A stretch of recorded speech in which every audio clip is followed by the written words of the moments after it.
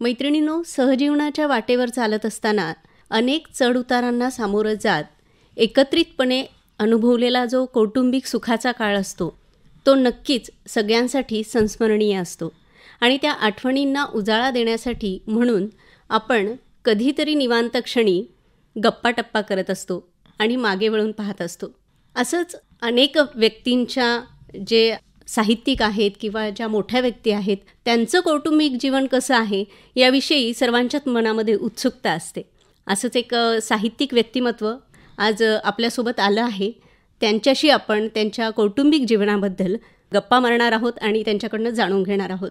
हे नाव आहे वीरा राठोड आणि त्यांच्या सुविद्य पत्नी योगिता संजय पवार. डॉक्टर विनोद रामराव राठोड अर्थात वीरा राठोड हे साहित्य क्षेत्रातील एक परिचित नाव. मुंबई विद्यापीठ तसंच संत गाडगेबाबा विद्यापीठ अमरावती येथील महाविद्यालयीन अभ्यासक्रमात त्यांच्या कवितांचा समावेश आहे. सेन साई वेस हा त्यांचा पहिला मराठी कविता संग्रह, ज्याला साहित्य अकादमीच्या युवा पुरस्कारानं सन्मानित करण्यात आलं आहे. त्याचप्रमाणे पिढी घडाईरी वाते हा त्यांचा गोरबंजारा बोलीतील कविता संग्रह आहे. याशिवाय त्यांचा हस्तक्षेप हा लेखसंग्रह, हडेल हप्पी जादूची झप्पी हा बालकविता संग्रह, तसंच बिगुल बाजा हा मराठी कविता संग्रह प्रकाशित आहे. सरांच्या कवितांचा हिंदी, इंग्रजी आणि बंगाली भाषेत अनुवाद झालेला आहे. वीरा राठोड हे विद्यार्थी चळवळीत सक्रिय राहिलेले कार्यकर्ते आहेत. भटके, विमुक्त, आदिवासी, उपेक्षितांच्या सामाजिक न्याय, सांस्कृतिक विषयांवर त्यांनी कार्य केलेलं आहे. चला तर मैत्रिणींनो, आपण वीरा राठोड आणि त्यांच्या सुविद्य पत्नी योगिता संजय पवार यांच्याशी गप्पा मारूयात आणि त्यांच्याकडून त्यांच्या सहजीवनाबद्दल जाणून घेऊयात. सर नमस्कार. नमस्कार. मॅडम नमस्कार. नमस्कार. तुमचं खूप स्वागत आहे कार्यक्रमामध्ये. धन्यवाद. सर, आपलं नाव आहे विनोद रामराव राठोड आणि आपल्याला ओळखलं जातं वीरा राठोड या नावाने. तर आम्ही सहसा असं गृहीत धरतो की वी रा राठोड हे आपलं नाव असेल, कारण नावाचा तो शॉर्ट फॉर्म असेल. तर वीरा या नावामागे वेगळं काही कारण आहे का? वीरा या नावामागे एक छोटासा इतिहासच आहे असं मला म्हणावं लागेल. मी ज्या लमाण बंजारा संस्कृतीमध्ये जन्मलो, वाढलो आणि संस्कारित झालो.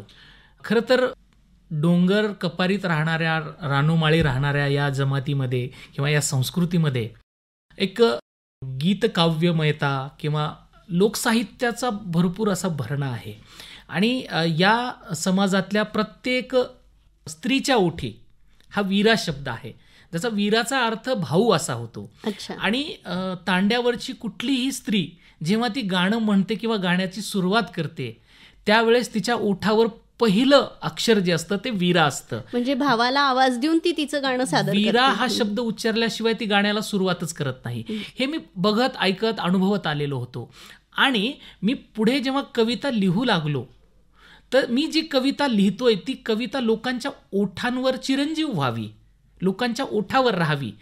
ती कविता, ते गाणं लिहिण्यासाठी मी वीरा या शब्दाचा म्हणजे जाणीवपूर्वक लेखनासाठी नाव म्हणून ते घेतलेलं आहे. हा एक त्याची पार्श्वभूमी. सर, आत्ता आपण उल्लेख केला त्याप्रमाणे तुमच्या आयुष्याचा बराचसा काळ हा तुम्ही तांड्यावर घालवलेला आहे. अगदीच. बालपण असो किंवा तारुण्य असो. तर हा जो काही मोठा काळ तुम्ही घालवलाय त्या काळाने तुम्हाला कोणती जीवनदृष्टी दिली आणि कसा होता तो काळ? नाही, खरं तर मी तर म्हणतो की मी जे काही उभा राहिलो ना, या खंबीरपणे उभं राहण्यात त्या तांड्याचा खूप मोठा वाटा आहे.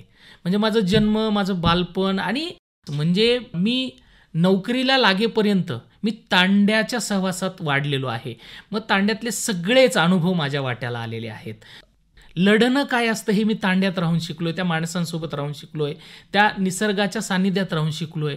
आणि परिस्थिती कितीही बिकट असेल, वाईट असेल, या परिस्थितीमध्ये संघर्ष करून कसं उभं राहायचं हे खऱ्या अर्थाने मला तांड्यातल्या त्या सगळ्या पर्यावरणाने, त्या सगळ्या वातावरणाने आणि तिथल्या अनुभवांनी मला दिलं. म्हणून मी आज एवढ्या खंबीरतेने मी सगळ्या माझ्या अभावांवर, माझ्या सगळ्या प्रवासातील संघर्षांवर मात करून उभा राहू शकलो. याचं सर्वस्व त्या तांड्यातल्या माझ्या त्या जगण्याला मी देतो. थोडक्यात की तांड्यातल्या जीवनाने तुम्हाला जीवनदृष्टी दिली आणि तुमच्यातली जी कविता आहे ती जागवली असं म्हणायला हरकत नाही. जागवली म्हणण्यापेक्षा माझ्यामध्ये कविता पेरली ती तांड्याने. सरांची पार्श्वभूमी तर आम्ही जाणून घेतली. मॅडम, तुमची पार्श्वभूमी काय होती? माझं जे जीवन होतं ते एकदम नॉर्मल होतं. असं संघर्ष वगैरे मला काही करावा लागला नाही. मी मुळात मध्यमवर्गीय कुटुंबातली. माझे वडील विवेकानंद कॉलेजमध्ये रजिस्ट्रार आहेत आणि त्यांनी आम्हाला ज्या ज्या गरजा होत्या आमच्या त्या सगळ्या त्यांनी पुरवल्यात. त्यांनी कधी आम्हाला असं उणीव जाणू दिली नाही. आणि माझं 1ली ते 8वीपर्यंतचं जे शिक्षण आहे ते महाराष्ट्र पब्लिक स्कूलमध्ये झालं आहे आणि 8वी ते 10वीचं बळीराम पाटील शाळेत झालं आणि नंतरचे जे 11वी ते MA पर्यंतचं शिक्षण आहे ते विवेकानंद महाविद्यालयात झालेलं आहे. आणि सध्या माझं B.Ed चालू आहे. फर्स्ट इयर झालं आहे, सेकंड चालू आहे आणि D.Ed कम्प्लीट झालं. सर तांड्यावरचे, आपण शहरी जीवनातल्या, दोघांची भेट कशी झाली आणि कसं जुळलं तुमचं? आम्ही असं ऐकलं की तुमच्या लग्नाची गोष्ट खूपच इंटरेस्टिंग आहे, तर जाणून घ्यायला आवडेल आम्हाला. लग्नाची सैराट गोष्ट आहे आमची. ॲक्च्युली विवेकानंद कॉलेजला शिकत असताना आमची भेट झाली होती. मी ज्युनियरला होते आणि ते सिनियरला होते. त्यांना आणि मला दोघांना वक्तृत्व स्पर्धा, वादविवाद स्पर्धा, काव्यवाचन करण्याची आवड होती. त्या चर्चेसाठी आम्ही जेव्हा मित्र वगैरे भेटायचो तेव्हा माझी एक मैत्रीण होती, जिवलग मैत्रीण माझी, ती यांना ओळखत होती. तिने यांचा परिचय करून दिला. मग आम्ही चर्चा करायचो. म्हणजे ती अशी नॉर्मल भेट होती. आणि त्याच्यानंतर म्हणजे असं कधी आम्हाला वाटलं नव्हतं की आयुष्याचं जीवनसाथी आम्ही दोघं होऊ. आणि त्यांचे विचार ते मला आवडू लागले आणि ते कुठेतरी फिलिंग तिथून सुरुवात झाली खरी, पण व्यक्त कधी झालात तुम्ही? म्हणजे दोन्हीकडे फिलिंग्स होत्यात, पण वर्षभर तरी आम्ही व्यक्त केलं नव्हतं. त्यांनीच मला नंतर व्यक्त केलं. पावसाळ्याचे दिवस होते आणि कॉलेजमध्ये मी लायब्ररीत अभ्यासाला बसायचे. हे त्या लायब्ररीच्या खिडकीजवळ येऊन उभा राहिले. पाऊस धो चालू होता आणि मला सुरुवातीला वाटलं की बाबा पाऊस चालू आहे म्हणून ते आडोशाला थांबलेले आहेत आणि थोड्या वेळाने ते डोकवत होते मध्ये वारंवार. मग कुठेतरी मला मनामध्ये असं होत होतं की यांना काहीतरी मला बोलायचं आहे, हे मला कुठेतरी जाणवत होतं. आणि तेवढ्या तिथलच्या सरांना असं वाटलं की हा खूपच डोकावतोय म्हणून त्यांनी ती खिडकी लावून घेतली आणि मग ते निराश झाले आणि तिथून निघून गेले. आणि मग दुसऱ्या दिवशी तिथे कॉलेजच्याच कॅम्पसमध्ये एक स्टेशनरी आहे, तिथे ते भेटले. तिथे भेटल्यावर मग त्यांनी मला प्रपोज केलं. पण मला असं वाटतं की आमच्या प्रपोजमध्ये म्हणजे आम्ही एकमेकांना प्रपोज करण्यापेक्षा आमच्या मित्रांचा वाटा जास्त आहे. म्हणजे माझ्या वतीने प्रपोज करण्यासाठी माझी एक मैत्रीण तिच्याकडे गेली होती आणि नंतर मग ते कळलं की येस, आग दोनों तरफ लगी हुई है. अरे भाई, दोस्त किस दिन काम आएंगे, अशा पद्धतीचं आहे ते. आणि मग नंतर मात्र मग आमची अडचण अशी व्हायची, तिचे वडील तिथेच नोकरीला असल्यामुळे आम्हाला कॉलेजला असून सुद्धा आम्हाला एकमेकांना भेटता यायचं नाही. मग या वेळेला सुद्धा मित्रांनीच मदत केली. म्हणजे त्यावेळेस नवीन नवीन मोबाईल आलेले होते आणि मग मित्राकडचा मोबाईल दुसऱ्या मैत्रिणीकडे द्यायचा, तो मोबाईल हिच्याकडे वर्गात जायचा आणि त्या मोबाईलवर मग जे कॉलेजमध्ये कॉईन बॉक्स होता त्या कॉईन बॉक्सवरून त्या मोबाईलवर फोन केला जायचा आणि मग आमचं दोघांचं बोलणं व्हायचं. आणि मग ते किती वेळ चालायचं माहित नाही. मग तो कॉईन बॉक्सवाला पैसे देत राहायचा, अशी उधारी आमच्या नावावर जमा होत गेली. अशा पद्धतीने तो सिलसिला सुरू झाला. कालांतराने ज्या मित्राचा मोबाईल होता त्या मित्राला काय दया आली असणार किंवा काय, त्याने मला तो मोबाईल गिफ्ट म्हणून देऊन टाकला. आणि मग नंतर मग ते मोबाईल तर आला, पण आता त्याच्यात रिचार्ज करण्यासाठी पैसे नसायचे, तर फक्त त्याचं व्हॅलिडिटी म्हणून रिचार्ज केला जायचा. आणि मग रात्री हिच्या घरी मी लँडलाईनवर मिस कॉल द्यायचो आणि मग तिकडून फोन मला परत यायचा. असा आमचा मग रात्री बोलण्याचा सिलसिला सुरू राहायचा. त्यावेळेस नाईटला फ्री राहायचं. अच्छा. आणि मग ही चोरी आमची बरीच दिवस चालली, पण ती चोरी एक ना एक दिवस पकडल्या जाते आणि ती चोरी एक दिवस पकडल्या गेली. वडिलांनी म्हणजे बिल जास्त आलं, 3,000 रुपये बिल आलं, आपण तर तेवढं वापरत नाही लँडलाईन, कसं काय इतकं बिल आलं, म्हणून त्यांनी मग ते सगळं डिटेल्स वगैरे काढले आणि बघितलं तर एकच नंबर खूप वेळेस लावला गेलाय, कोण आहे काय, त्याची सगळी डिटेल्स काढली गेली. आणि मग आमचा भांडाफोड त्या ठिकाणी झाला. प्रतिक्रिया काय होती वडिलांची? वडिलांची सुरुवातीला प्रतिक्रिया म्हणजे विश्वासघात केल्यासारखंच झालं होतं त्यांना, किंवा सांगितलं नाही, मी इतक्या दिवसापासून बघत होतो, हे तू सांगितलं नाही. पण मग तुमच्या घरची काय होती प्रतिक्रिया? नाही, आमच्या घरची पण स्वाभाविक परिस्थिती तशीच होती. म्हणजे उलट तिच्या घरचे तर सुशिक्षित होते, शिकलेले होते, शहरात वाढलेले होते, या गोष्टी त्यांना माहित होत्या. पण माझ्या घरी तर अगदी याच्या उलट परिस्थिती, की आईवडिलांचा मताशिवाय किंवा त्यांच्या आवडीशिवाय आपण एखादा विचार करणं सुद्धा गुन्हा होता आणि तो त्यांना रुचला नाही. मग त्या काळात थोडंसं कौटुंबिक आमचा दुरावा 1-2 वर्ष आईवडिलांशी म्हणजे मी बोललो नाही किंवा घरी गेलो नाही, असं ते सगळं. मला जन्मापासूनच संघर्षाची सवय होती. म्हणजे मला वाटत होतं की चलो इस्पार या उस्पार. इस्पार या उस्पार तर होतच, पण ह्याच्यातून मी पार होणार हे मला माहित होतं. तो कॉन्फिडन्स म्हणा, पण हिच्याकडून मात्र तेवढा मला प्रतिसाद नव्हता, कारण त्या काळात मी नोकरीला नव्हतो. आणि हिच्या घरी कळल्यानंतर साहजिकच ती काही सकारात्मक प्रतिक्रिया त्यांची नव्हतीच, अगदीच नकार होता. मग अशा वेळेला मग काय करायचं? मग आम्ही अगदीच सैराट होण्याच्या पर्यंतचा निर्णय आम्ही घेतलेला होता. परंतु योगायोगाने, ते म्हणतात ना, ते तुम्ही मनातून प्रेम केलं असेल तर परिस्थिती सुद्धा तुम्हाला मदत करत असते. त्यावेळेस नुकतंच माझं BEd पूर्ण झालं होतं आणि योगायोगाने इथे औरंगाबादला सरस्वती भुवनमध्ये ज्युनियर कॉलेजच्या जागा निघाल्या आणि मी सहज मुलाखतीला गेलो. त्या ठिकाणी मात्र 8-10 वर्ष काम केलेलं होतं, एक 4 लोक आपल्याला ओळखू लागलेली होती आणि एक वीरा नाव हे जे काही ठळक झालेलं होतं त्याचा फायदा मला तिथे झाला. आणि केवळ माझ्या गुणवत्तेच्या बळावर, माझी कुणाशीही ओळख नसताना, कुणी माझी शिफारस केलेली नसताना मला त्या ठिकाणी नोकरी लागली. आणि ती नोकरी म्हणजे माझ्या पुढच्या जगण्याच्या वाटेत जे काही मला संघर्ष करावा लागला असता, तो संघर्ष त्या नोकरीमुळे मला करायची गरज पडली नाही. आणि मी मग हिला सांगितलं की आता मला नोकरी लागलेली आहे, आता आपण घरी रीतसर पद्धतीने मग तिच्या वडिलांशी मग बोलून की मला तुमच्या मुलीसोबत लग्न करायचं, माझं तुमच्या मुलीवर प्रेम आहे आणि तुम्ही ते स्वीकारावं. आणि एका वडिलांची एक स्वाभाविक इच्छा असते की स्थैर्य असावं माझ्या मुलीला. आणि मग नंतर मी कुठेतरी एका प्रतिष्ठित महाविद्यालयामध्ये नोकरीला लागलोय हे जेव्हा त्यांना कळालं, तर त्यावेळेस त्यांनी होकार दिला. त्या पद्धतीने मग ते पुढे पार पडला सगळा सोहळा आणि सगळा आनंदीकडे झाला. आत्ता बोलताना मी परिचय करून दिला की मॅडमचं नाव योगिता संजय पवार. लग्नानंतर जनरली ही पद्धत असते की आपण नवऱ्याचं नाव लावतो, तर तुम्ही ते नाव का नाही लावलं? योगिता संजय पवार हे मला जन्मतः नाव मिळालेलं आहे. माझं अस्तित्व मला टिकून ठेवायचं होतं, मला ते चेंज करायचं नव्हतं, त्यासाठी मी ते बदललं नाही. आणि सर, तुमचं काय म्हणणं होतं? नाही, माझं कायम तिला हेच सांगणं की स्वतःचं अस्तित्व आपण स्वतःच्या नावाने उभं केलं पाहिजे, हा आग्रह मी कायमच तिला करत आलेलो आहे.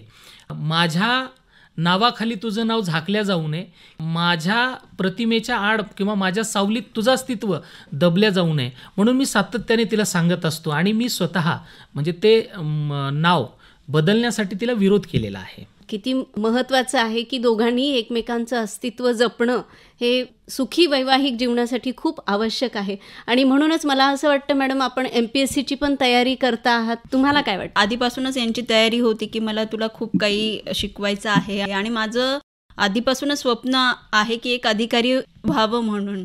तर मी लग्नाच्या आधीच ही जी माझे स्वप्न होते मी त्यांना सांगितलं असल्यामुळे त्यांनी मला कधीच विरोध केला नाही. त्यांचं प्रत्येक वेळेस सपोर्ट असायचा. उलट कधी जर मी आळशी होतो, दुर्लक्ष करतो आपल्या ज्या ध्येयाकडे आहे, तर मग त्यांना त्या गोष्टीचा खूप राग येतो. तू करत नाही आहेस बरं का, तू दुर्लक्ष करतेस बरं का. मग त्यावरून आमचे कधी खटके उडायचे. पण त्यांचा नेहमी मला सपोर्ट राहिला. मी लग्नानंतर BA, MA, BEd आणि मग आता जे स्पर्धा परीक्षेची तयारी करते ते सगळं लग्नानंतरच करत आहे. आणि आपण शाळेमध्ये शिकवता आहात? हो, मी मधल्या काळात गेल्या 2 वर्षापासून शाळेवर शिकवतीये. ॲक्च्युली शिक्षणासाठीचा जो आग्रह होता तो तांड्यातल्या ज्या काही मुली आहेत, अशा खूप काही मुली आहेत की त्या शिक्षणापासून वंचित आहेत आणि लग्न झाल्यावर सुद्धा त्या शिकू शकत नाही किंवा मग त्यांच्या घरच्यांचा थोडासा विरोध असतो. हा विरोध त्यांना होऊ नये, त्यांना थोडंसं एक प्रेरणा भेटावी म्हणून एक माझी धडपड आहे.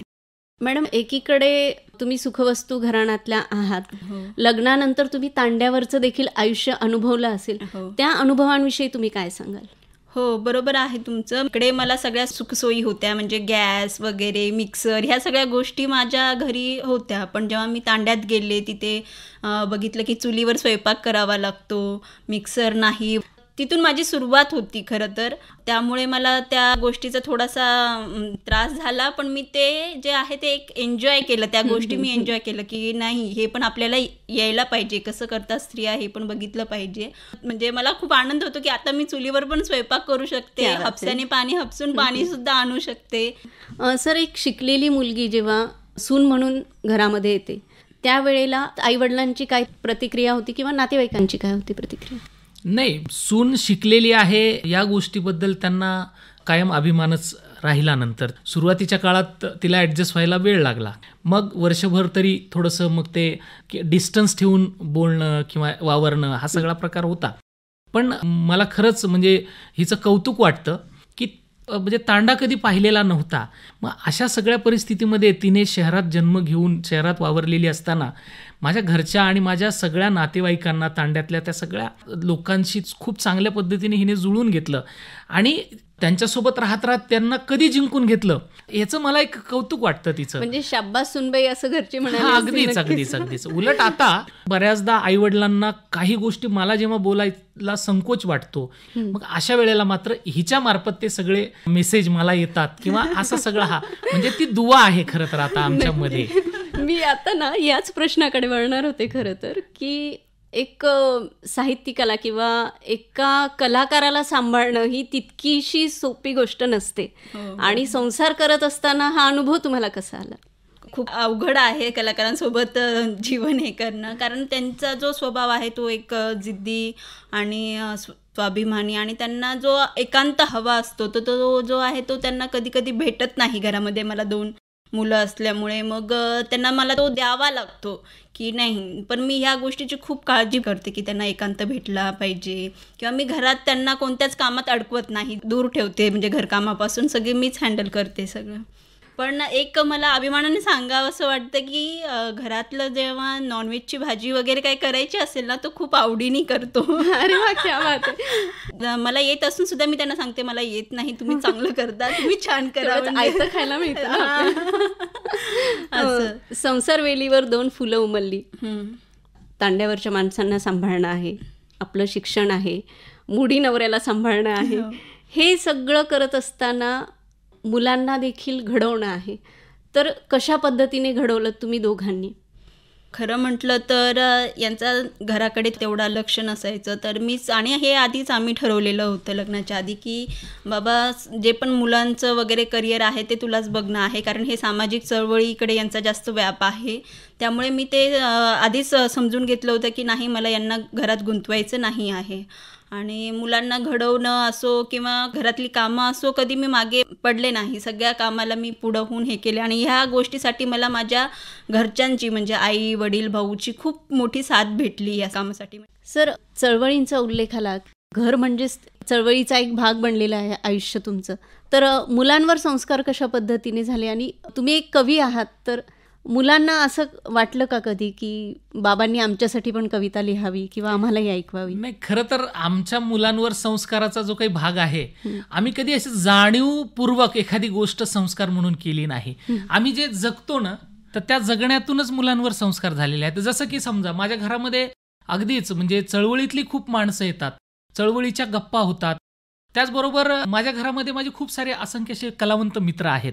लेखक तर खूप सारे सतत राबता असतो. चित्रपट क्षेत्रातील अनेक म्हणजे माझी खूप सारे मित्र, मिलिंद शिंदे आहेत, राजकुमार तांगडे आहेत, कैलाश वाघमारे आहेत, मीनाक्षी राठोड आहे, हे सगळे सातत्याने घरी येत जात असतात. आणि मग ह्या सगळ्या गोष्टीतून काय, माझा छोटा जो मुलगा आहे, कुठलेच गायनाची किंवा संगीताचे क्लास न लावता इतका सुंदर तो गाणं म्हणतो, त्या संगीताच्या तालावर गाणं म्हणतो. एवढंच नाही तर तो तेलुगू, कन्नडामधले गाणे पाठ करून जशाला तसे म्हणतो. म्हणजे आम्हाला त्याला शिकवायची गरज पडली नाही, पण ह्या सगळ्यांच्या सहवासातून कुठेतरी त्यांच्यावर अप्रत्यक्ष एक संस्कार, वाचनाचा म्हणा, कलेचे म्हणा, आम्ही अभ्यास करा रे बाबा असं सांगायची गरज पडत नाही. कारण त्यांना समोर आपले बाबा सतत पुस्तकांमध्ये डोकं खुपसून बसलेले दिसतात, त्यामुळे त्यांना सांगायची गरज नाही पुस्तक वाचा. माझ्या घरामध्ये माझ्या संसाराच्या ज्या गोष्टी आहेत त्याच्यापेक्षा सगळ्यात जास्त जर काय असतील तर पुस्तकं आहेत. समोर पुस्तकच असतील तर त्या मुलांना कधीतरी वाटेलच हातात पुस्तक घ्यावं. म्हणून वाचनाचे संस्कार करायची गरज पडली नाही. म्हणजे हे आपोआप संस्कार त्यांच्यावर होतात. आणि गमतीचा भाग म्हणजे माझ्या छोट्या मुलाने, कबीरने, ज्याने मला बालकवी बनवलं असं मी म्हणतो. अच्छा, म्हणजे मी खरं तर कविता लिहिल्यानंतर माझ्या मित्रांना फोनवरून ऐकवायचो किंवा माझे मित्र घरी आले की आम्ही कविता एकमेकांना वाचून दाखवायचो. आणि एक दिवस का कुणास ठाऊक त्याच्या मनामध्ये प्रश्न आला आणि त्याने सरळ बिनधास्तपणे मला विचारणा केली की तुम्ही दुसऱ्यांनाच कविता ऐकवता, मला कधी कविता ऐकवणार आहात? आणि तो अगदी माझ्यावर पडलेला बॉम्ब होता अनपेक्षितपणे, कारण मी लहान मुलांसाठी कधी लिहिण्याचा प्रयत्नच केला नव्हता. आणि आता ह्यांच्यासाठी लिहायचं तर काय लिहायचं असा प्रश्न पडला. आणि मग मी नंतर आमच्या घरामध्ये 3-4 लहान मुलं आहेत. मग त्या मुलांच्या सहवासात जास्त राहू लागलो आणि योगायोगाने लॉकडाऊनच्या काळात त्यांच्या सहवासात जास्त वेळ घालवता आला मला. आणि मग मला हे जाणवलं की लहान मुलांसाठी लिहिण्यासाठी स्वतःला लहान मूल व्हावं लागतं. आणि मग मी पुन्हा माझ्या बालपणात गेलो. माझ्या बालपणातल्या ज्या काही गोष्टी आहेत त्या गोष्टी पुन्हा मी बालकवितेमध्ये आणल्या. तुम्ही जे जीवन आचरण करतात त्याच्यातूनच संस्कार होतात. संस्कार वेगळे करायची मला वाटतं गरज नसते. नक्कीच. म्हणजे कोणतेच आई वडील मुलांना ये रे मी तुझ्यावर संस्कार करतो असं म्हणून संस्कार करत नाहीत, तर करताच येत त्यांच्या नाहीत. करताच येत नाही, तर ते त्यांच्या वागण्या बोलण्यातून आपोआप घडत म्हणजे जातात. आपण जे काही जगतो ना तेच मुलं अनुकरण करत असतात, हे मला याच्यातून सांगायचंय. नक्की. आपण ऐकत आहोत आमचं सहजीवन आणि संवाद साधतो आहोत डॉक्टर वीरा राठोड आणि त्यांच्या सुविद्य पत्नी योगिता संजय पवार यांच्यासोबत. सर, सेन साई येस या आपल्या पहिल्याच कविता संग्रहाला साहित्य युवा पुरस्कार प्राप्त झाला. तर सेन साई येस हे नाव तुम्ही तुमच्या कविता संग्रहाला का दिलं? आणि एक मुळातच तांड्यावरचं हे परिघाबाहेरचं जगणं आहे. तिथं जन्मलेला एक युवक मुख्य प्रवाहात येणं, नुसतंच येणं नाही तर त्या प्रवाहाला त्यानं प्रभावित करणं आणि साहित्य अकादमी पुरस्कारापर्यंत त्याची झेप जाणं, याकडे तुम्ही आज कसं बघता? खरं तर तांड्याचं वर्णन जर करायचं झालं तर तांडा हा आपल्याला केवळ एक लमाण तांडा आहे म्हणजे, किंवा आपण कुठेतरी वाचलेलं असतं की तांडा चालतो. तांडा हा भटकंती करणारा तांडा आहे. अगदीच म्हणजे तांड्याचा थोडासा जर आपण इतिहास किंवा पार्श्वभूमी जर बघितली तर गावकुसाच्या बाहेर म्हणजे जी आपल्याकडची एक सामाजिक चौकट आहे त्या चौकटीच्या बाहेर फेकलेली ही माणसं आहेत, जी भटके विमुक्त आपण ज्यांना म्हणतो. कधी काळी त्यांच्यावर क्रिमिनल ट्राईबचा स्टिग्मा पण लागलेला आहे, म्हणून ते त्या या प्रवाहाच्या बाहेर फेकल्या गेलेले, ज्याला प्रवाहाच्या बाहेर फेकल्या गेल्यामुळे तो स्थिर वस्ती करू शकला नाही, म्हणून तो कायमच भटकंतीत राहिला. आणि ही भटकंती कशासाठी, तर त्यांचं जे काही उदरनिर्वाहाचं साधन होतं, गाईगुरांची गुरांना चारण्यासाठीची जागा असेल किंवा मग जे काही त्यांना रोजगार मिळायचा त्याच्यासाठी ते वणवण भटकायचे, म्हणून ती कायम त्यांची भटकंती असलेला एक वस्ती म्हणूयात. ती आज जर आपण पाहिलं तर तांडे किंवा भटके विमुक्तांच्या ज्या पाला आहेत त्या स्थिरावलेल्या आहेत, परंतु त्यांची पार्श्वभूमी ही सतत भटकंतीची असायची. आणि त्यांचं जे काही जगणं आहे ते अतिशय निसर्गाच्या सानिध्यामध्ये, जे काही निसर्गाकडून जे मिळायचं तेवढ्यावर त्यांचं चालायचं. कारण हा कृषक समाज नव्हता, हा व्यापारी समाज नव्हता. तर कधी काळी या ठिकाणावरचं काही जे काही वस्तू असतील, माल असेल, तो गाईगुरांच्या पाठीवर लादून ते दुसऱ्या प्रदेशात घेऊन जायचे. हा त्यांचा पारंपरिक त्यांचा जगण्याचा उदरनिर्वाहाचं साधन. परंतु तेही गेल्यानंतर मग मात्र गाईगुरं चारून आणि कुठेतरी शेतात काम करून या लोकांचा उदरनिर्वाह राहिला. अगदीच या लोकांचं कष्टप्रद असं जगणं आहे. म्हणजे झोपडी वजा घरं, पावसाळ्यामध्ये हाल व्हायचे, अन्न मिळायचं नाही, अशी एकंदरीत विदारक परिस्थिती. त्या सगळ्या परिस्थितीतून म्हणजे किंबहुना त्या सगळ्या खूप जवळून मी अनुभवल्या, बघितलेल्या आहेत. आणि कालांतराने मात्र खूप कष्ट करून, या समाजाचं एक वैशिष्ट्य आहे की हे खूप काबाड कष्ट करणारी माणसं आहेत. यातून त्या लोकांपर्यंत शिक्षण आलं, तीच शिक्षणाची गंगा माझ्यापर्यंत पोहोचली, त्यातून मी शिक्षित झालो. आणि मला कुठेतरी असं वाटलं की ह्या लोकांचे जे काही यातना आहेत, या लोकांचं जे काही मुकेपण आहे, त्याला कुठेतरी वाचा आपण या अक्षरांच्या माध्यमातून आपण दिली पाहिजे. कदाचित ती मी माझी जी गोष्ट सांगतो कवितेतून, लेखनातून, ती माझी जेवढी आहे ती माझ्यापेक्षा अधिक त्या तांड्याची गोष्ट आहे. बरोबर. त्यांची वाचा माझे शब्द झाले आणि ते कवितेच्या रूपात पुढे आले. माझी एक कविताच आहे, वाचा जर लाभली नसती तर कसा मी जगलो असतो, सल मनातच अडली असती, तडफडून मेलो असतो. मुक्याच जळल्या खपल्या पिढ्या बापजाद्यांच्या, पोटास 2 कुटक्यांच्या केल्या असत्या राखोळ्या. हे दुःख युगायुगांचे घेऊन चालती तांडे, राबणे आणि मरणे हे नितभोगाचे पाडे. लेखणीने दिला नवजन्म, फोडीला टाहो शब्दांनी, आणि वधू लागली वाचा करुणेची अर्थ कहाणी. म्हणजे मी जेव्हा जगण्याकडे वळून जेव्हा पाहतो ना, तर अगदी मी नोकरीला लागेपर्यंत, म्हणजे मी पदवी होईपर्यंत मी गुरं चारत शिक्षण केलेलं आहे.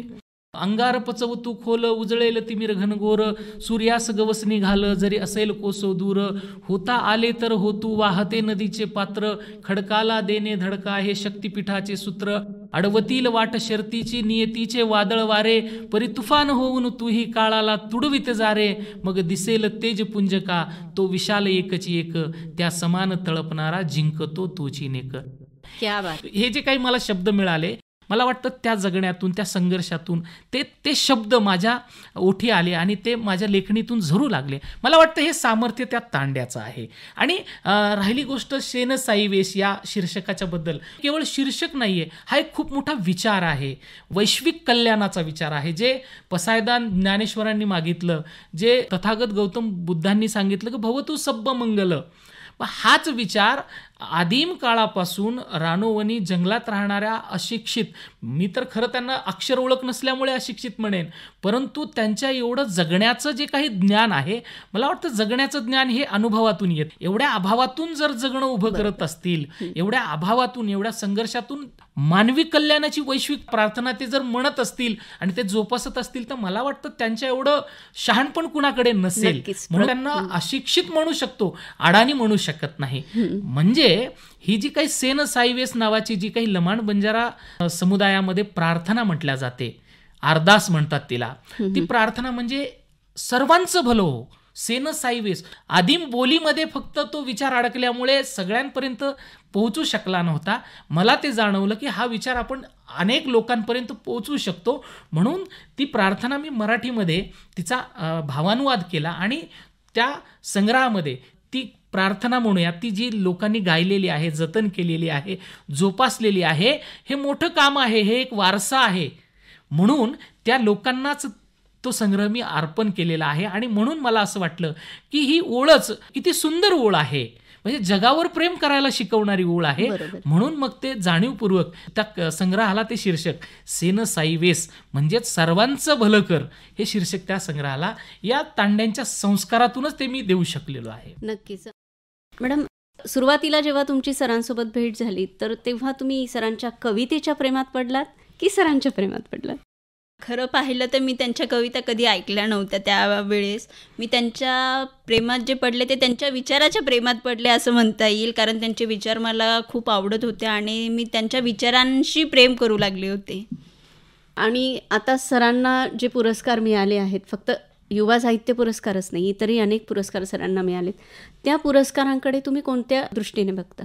मला खूप अभिमान वाटतो त्या गोष्टीचा आणि खूप आनंद पण आहे. नाही, खरं तर माझ्या या सगळ्या आतापर्यंतच्या अचिव्हमेंटमध्ये हिचा खूप मोठा वाटा आहे. म्हणजे मी असं म्हणेल की मला जे पूर्णत्व आलेलं आहे ते हिच्यामुळे आलेलं आहे. म्हणजे मी अगदीच विद्यार्थी दशेपासून विद्यार्थी चळवळीमध्ये काम करत आलेलो आहे. अजूनही मी चळवळीमध्ये सक्रियतेने काम करतो. माझ्या मुलांच्या किंवा घरातल्या गोष्टींकडे फार माझं स्वतःचं लक्ष नसतं. तर मला एक विश्वास आहे की माझं किती जरी दुर्लक्ष झालं तरी हे सर्वस्व ती सगळं सांभाळते.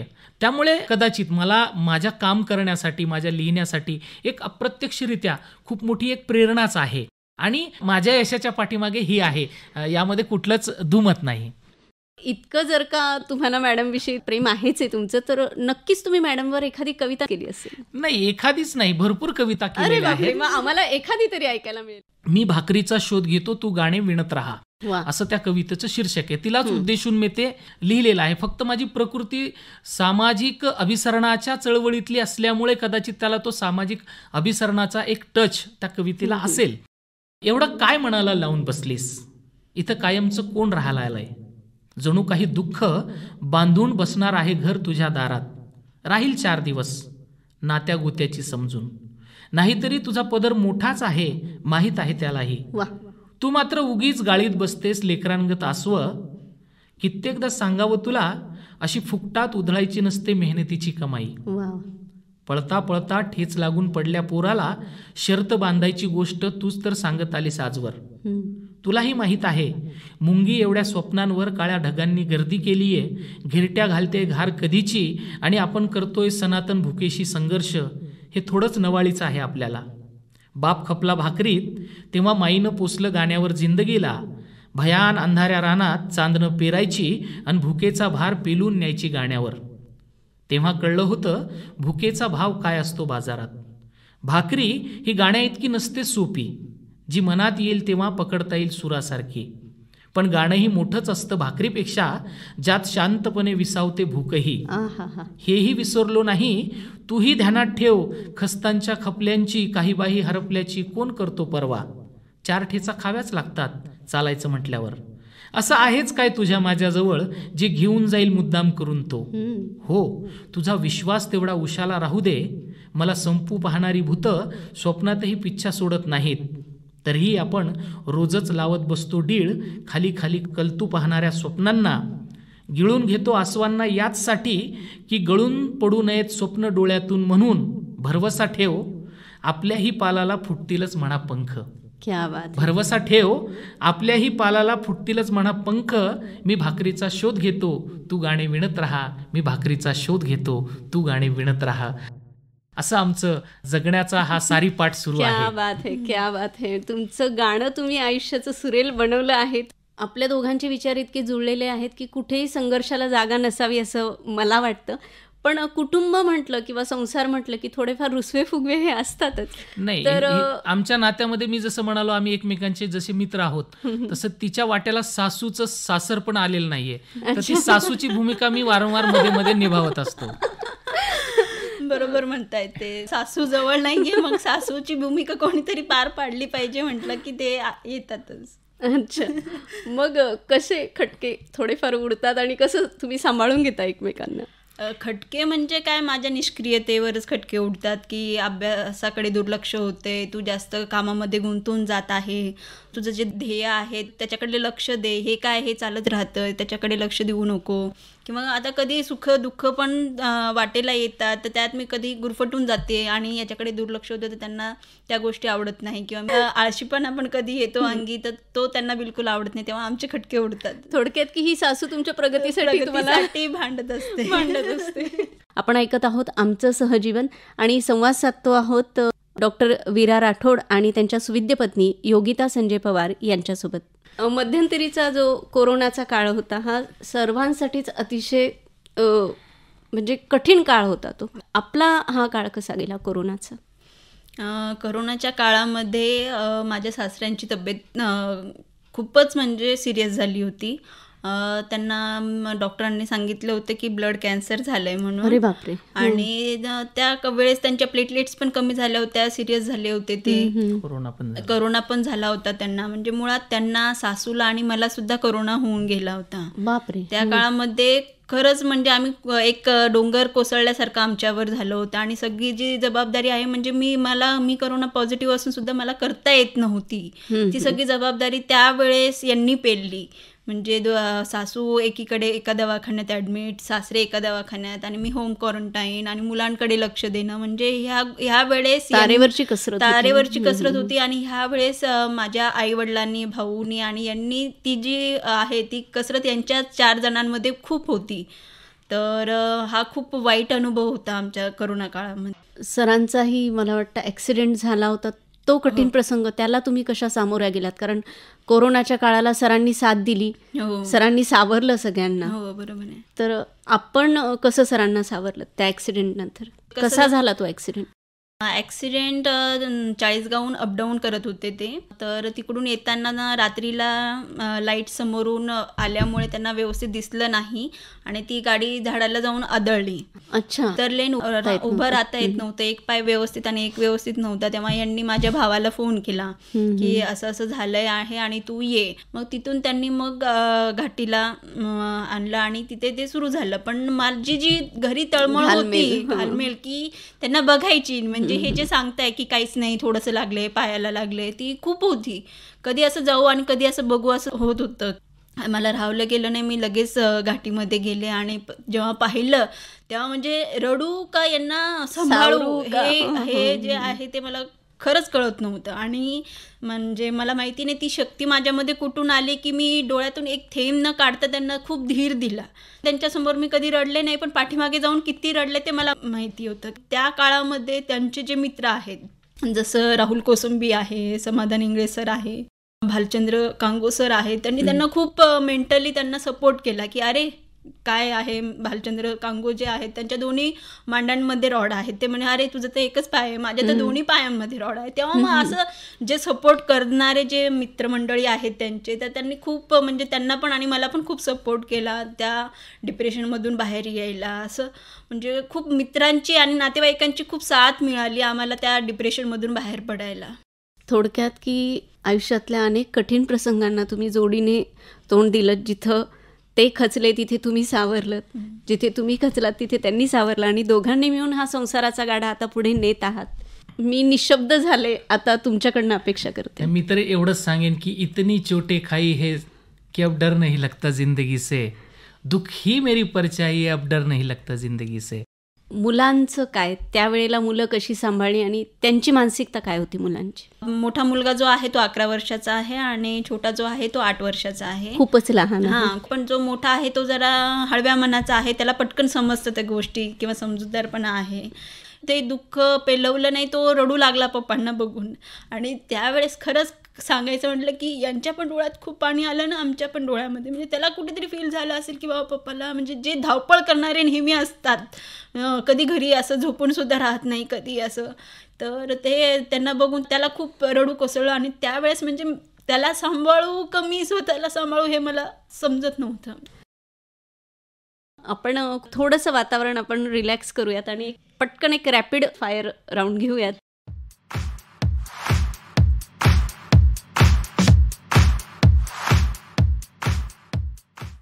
मला सांगा, सरांचा आवडता लेखक कोण?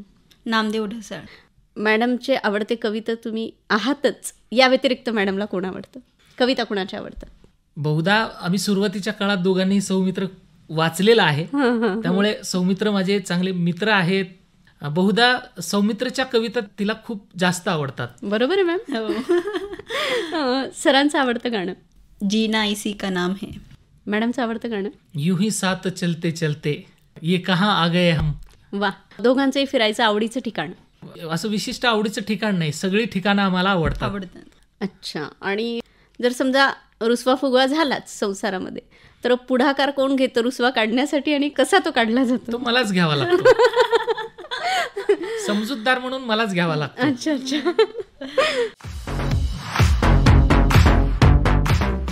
मॅडम, सरांचं साहित्य तर आहे, लेखन आहे, पण याही सोबत सर सामाजिक कार्यकर्ते पण आहेत. सामाजिक चळवळीमध्ये ते भाग घेतात आणि वेळी अवेळी घरात येणारे कार्यकर्ते असतात किंवा घरात येणारी माणसं असतात, ते सांभाळणं, याविषयी आपण काय सांगाल?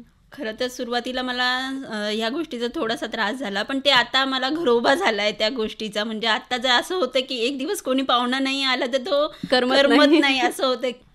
खरं तर मला यांचे जे पण काही चळवळीतली माणसं आहेत यांची ओळख झाली. माझं सुद्धा एक मैत्रीचं नातं त्यांच्याशी जोडलं गेलं आहे आणि मला म्हणजे एक त्यांच्याकडून पण खूप काही गोष्टी शिकायला भेटल्या आहेत. म्हणजे घरी आल्यावर ज्या काही चर्चा होतात त्याच्यात पण मला सहभाग घेता येतो. विद्या बाळ आहेत, त्यांच्याशी अनेक वेळा बोलणं झालेलं आहे आणि ही चळवळ आता आमच्या जगण्याचा एक भाग झालेला आहे. माझं हे सामाजिक उत्तरदायित्व आहे असंच मी म्हणेल. मलाच नाही तर माझ्या मुलांवर पण तो चळवळीचे ते संस्कार इथे होत आहेत आणि हा असाच चालू राहावा असं मला वाटेल. नक्कीच.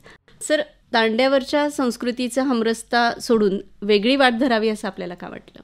नाही, मुळात जगण्याचा प्रवासच हा अज्ञाताकडून ज्ञाताकडे, अंधाराकडून उजेडाकडे, याकडेच असतो. झरा जो फुटतो तो डोंगरातून फुटतो, पण त्याचा प्रवास हा महासागराकडे असतो. तसंच आमच्या जगण्याचं झालेलं आहे. नक्कीच. तुमच्या आयुष्याच्या पुढील प्रवासासाठी, तुमच्या वैवाहिक जीवनाच्या सुखमय प्रवासासाठी तुम्हाला खूप खूप शुभेच्छा.